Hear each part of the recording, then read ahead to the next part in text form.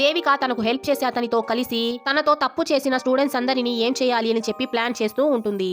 మరుసటి రోజు దేవిక నవీన్ ని కలవడానికి వెళ్తుంటే ఈమెకు హెల్ప్ చేసే అతను నాకు కొంచెం పనుంది ఇప్పుడే వస్తాను అని చెప్పి వెళ్తాడు. దాంతో దేవిక అతను లేకుండానే నవీన్ ఉన్న చోటుకి ఒంటరిగా వెళ్తుంది. అప్పుడే నవీన్ దేవికాని టచ్ చేస్తూ క్లోజ్ అవ్వాలని ట్రై చేస్తూ ఉంటాడు. అప్పుడే ఉన్నట్టుండి నవీన్ దేవికాని కొట్టి నీ ప్లాన్ లోకి నేను రాను, నా ఫ్రెండ్స్ నాకు మొత్తం నీ ప్లాన్ చెప్పేశారు అని చెప్తాడు. మేము నిన్ను రేప్ చేసేటప్పుడు వీడియో తీసాము, ఆ వీడియోని మేము ఇప్పుడు డిలీట్ చేసేస్తాము, ఈ విషయాన్ని ఇప్పుడే మర్చిపో అని చెప్పి టీచర్ తో చెప్తాడు.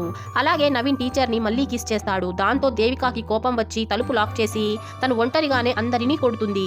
తను నేర్చుకున్న మార్షల్ ఆర్ట్స్ సహాయంతో ఒక్కొక్కరిని ఉతికారేస్తుంది. అప్పుడే ఇద్దరు స్టూడెంట్స్ అక్కడి నుంచి పారిపోతూ ఉంటారు. అప్పుడే అక్కడికి దేవికాకి హెల్ప్ చేసి అతను వచ్చేస్తాడు. అతను మళ్ళీ వీళ్ళిద్దరిని బాగా కొడతాడు. ఆ తర్వాత దేవిక ఆ స్టూడెంట్స్ అందరి ప్రైవేట్ పార్ట్స్ దగ్గర బాంబ్ పెట్టి పేల్చేస్తుంది. ఈ విధంగా తనకు జరిగిన అన్యాయానికి తను రివెంజ్ తీసుకుంటుంది. ఈ విధంగా ఈ మూవీ ఎండ్ అయిపోతుంది. దేవిక చేసింది కరెక్టా కాదా కామెంట్ చేసేయండి. వీడియో నచ్చినట్లయితే లైక్ చేసి ఛానల్ ని సబ్స్క్రైబ్ చేసుకోండి.